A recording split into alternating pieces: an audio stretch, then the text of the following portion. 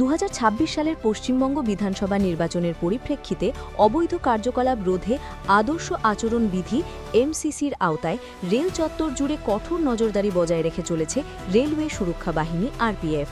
Howrah rail স্টেশনে এক বড়সড় সাফল্যে আরপিএফ সিআইবি হাওড়া এবং আরপিএফ হাওড়া নর্থের একটি যৌথ দল 1.032 কেজি হেরোইন সহ এক ব্যক্তিকে আটক করেছে। বাজেয়াপ্তকৃত এই হেরোইনের বাজার মূল্য 2 কোটি টাকা। পরবর্তী আইনি পদক্ষেপ গ্রহণের জন্য মামলাটি এনসিবি কলকাতার কাছে হস্তান্তর করা হয়েছে। রেলের দাবি, এই অভিযানগুলি নির্বাচনী সময়কালে অবৈধ কার্যকলাপ দমনে এবং একটি নিরাপদ ও সুরক্ষিত পরিবেশ নিশ্চিত করার ক্ষেত্রে আরপিএফের সজাগ দৃষ্টি এবং সক্রিয় প্রচেষ্টারই প্রতিফলন।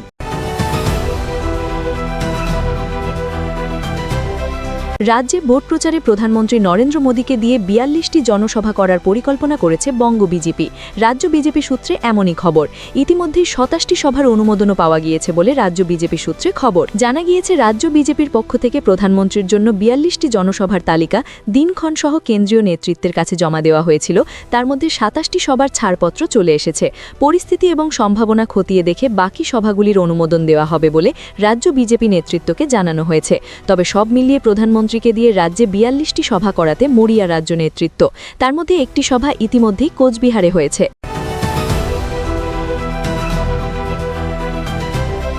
ধেয়ে আসছে বজ্রবিদ্যুৎ সহ তীব্র ঝড় বৃষ্টি। রাজ্যের 8 জেলায় কালবৈশাখীর পাশাপাশি চলবে তুমুল বৃষ্টির তাণ্ডব। আগামী 2-3 ঘণ্টায় দক্ষিণবঙ্গের পূর্ব বর্ধমান, হুগলি, হাওড়া, পশ্চিম মেদিনীপুরে তীব্র ঝড় বৃষ্টির আশঙ্কা। বজ্রবিদ্যুৎ সহ মাঝারি বৃষ্টির সঙ্গে বইবে 70 থেকে 80 কিলোমিটার গতিবেগে ঝড়ো হাওয়া।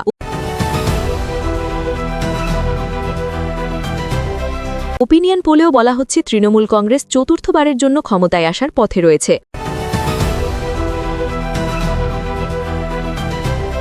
কাল ডেবরা সহ 3টি সভা রয়েছে প্রধানমন্ত্রীর। আবার কালই ডেবরা খড়গপুরে কর্মসূচি আছে কেন্দ্রীয় স্বরাষ্ট্রমন্ত্রী অমিত শাহরও। চলতি মাসেই অনুষ্ঠিত হতে চলেছে পশ্চিমবঙ্গে বিধানসভা নির্বাচন। এপ্রিলেই রাজ্য জুড়ে হাই ভোল্টেজ ভোটের প্রস্তুতি চলছে। তবে এই নির্বাচনের আবহে দুশ্চিন্তায় পড়তে পারেন সুরাপ্রেমীরা। কারণ ভোটের কারণে টানা কয়েকদিন বন্ধ থাকবে মদের দোকান। আবগারি দপ্তরের নির্দেশ মেনেই নির্দিষ্ট সময়ের জন্য রাজ্যের সমস্ত মদের দোকান বন্ধ রাখা হবে।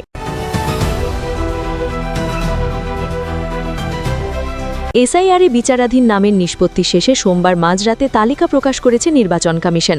তাতে দেখা গিয়েছে, বিচারাধীন 60 লক্ষের মধ্যে 32 লক্ষের একটু বেশি যোগ্য ভোটার বলে বিবেচিত হয়েছেন। বাকি 28 লক্ষের বাদ পড়েছে। এখন এই বাদ পড়াদের তালিকায় ঠিক কারা, সব কি মৃত ভোটার অথবা অবৈধ, তার চুলচেরা হিসেব দেয়নি কমিশন। এই অবস্থায় দাঁড়িয়ে ফের একবার সুপ্রিম কোর্টের দ্বারস্থ হবেন বলে জানালেন মুখ্যমন্ত্রী মমতা বন্দ্যোপাধ্যায়। বুধবার ভবানীপুর বিধানসভার কেন্দ্রের প্রার্থী হিসেবে মনোনয়ন পেশ করে মমতা বলেন, আমি ব্যথিত, কারণ অসংখ্য মানুষের নাম বাদ দেওয়া হয়েছে। 1.2 কোটি ভোটারের মধ্যে মাত্র 32 লক্ষ নাম বহাল রাখা হয়েছে। এটাও সম্ভব হয়েছে কারণ আমি সুপ্রিম কোর্টে মামলা করেছিলাম বলে। প্রথম দফায় 58 লক্ষ ভোটারকে বাদ দেওয়া হয়েছে। সেই অধ্যায়টা এখনও শুরুই হয়নি। অবশ্যই কিছু ডুপ্লিকেট ভোটার বা যারা মৃত, তাদের নাম বাদ যাবে। প্রার্থী তালিকা ঘোষণার পর বিভিন্ন এলাকায় কংগ্রেসের কর্মী সমর্থকদের বিক্ষোভ ছড়িয়ে পড়ে। বহিরাগতদের প্রার্থী করা হয়েছে এবং কর্মী ও স্থানীয় নেতাদের মতামতকে গুরুত্ব দেওয়া হয়নি, এমন অভিযোগ ওঠে। কলকাতায় দলের সদর দপ্তরেও বিক্ষোভ হয়, যেখানে মারধরের ঘটনাও হয় এবং একজন আহত হন। এই পরিস্থিতির জেরেই প্রার্থী বদলের সিদ্ধান্ত নেওয়া হয়েছে বলে মনে করছে রাজনৈতিক মহল।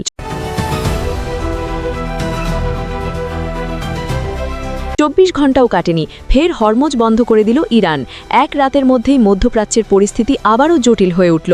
বুধবার ভোরে আমেরিকা ইরানের সঙ্গে 2 সপ্তাহের যুদ্ধবিরতি ঘোষণা করেছে। ইরানও ঘোষণা করে হরমুজ প্রণালী খুলে দেওয়া হয়েছে।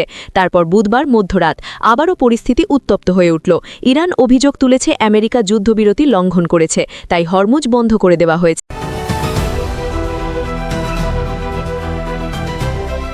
গুয়াহাটির মন্দিরে পুজো দিয়ে কি বললেন হিমন্ত শর্মা।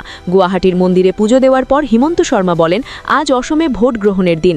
এই ভোট গ্রহণের দিনে মা কামাখ্যার দর্শন লাভ করার সৌভাগ্য আমার হয়েছে। অসমের সমৃদ্ধি হোক এবং রাজ্যের মানুষের উন্নতি হোক, মায়ের কাছে এটাই প্রার্থনা করলাম।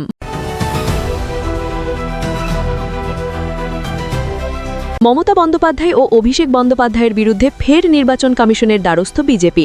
মমতা অভিষেকের প্রচারে সেন্সর করার আবেদন। জানা যাচ্ছে পূর্ব বর্ধমানের রায়নাতে গিয়ে অভিষেক যে মন্তব্য করেছিলেন তা নিয়ে আপত্তি বিজেপির। অভিষেক বলেছিলেন উত্তরবঙ্গ ও জঙ্গলমহলে বিজেপির ঘাড় ভেঙে দেওয়া হবে। তার পরবর্তীতে তিনি দক্ষিণ ২৪ পরগনা হাওড়া হুগলির প্রসঙ্গ তুলে মেরুদণ্ড ভেঙে দেওয়ার কথা বলেছিলেন।